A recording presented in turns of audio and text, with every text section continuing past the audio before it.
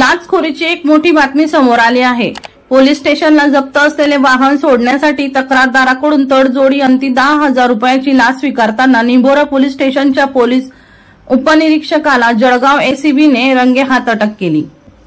कैलास ठाकूर असे लाचखोर पोलीस अधिकाऱ्यांचे नाव असून या कारवाईत पोलीस दलात मोठी खळबळ उडाली आहे। कैलास ठाकूर हे निंभोरा पोलीस स्टेशनला पोलीस उपनिरीक्षक म्हणून नियुक्त होते। सुमारे 4 महिन्यापूर्वी एका वाहनावर गुटख्याची कारवाई करण्यात आली होती। त्यातील वाहन जप्त करण्यात आले होते। हे वाहन सोडविण्यासाठी तक्रारदाराने न्यायालयात धाव घेतली होती। न्यायालयाने तक्रारदाराला वाहन देण्याबाबत आदेशित केले होते। मात्र निंभोरा पोलीस स्टेशनचे पीएसआय कैलास ठाकूर यांनी हे वाहन सोडविण्यासाठी 15,000ची लाच मागितली। तक्रारदाराने अखेर लाचलुचपत प्रतिबंधक विभाग जळगावला संपर्क करून तक्रार दिली।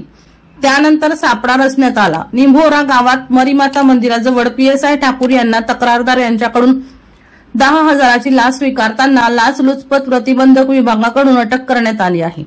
दीपक राठोड यांचा रिपोर्ट DR न्यूज जळगाव।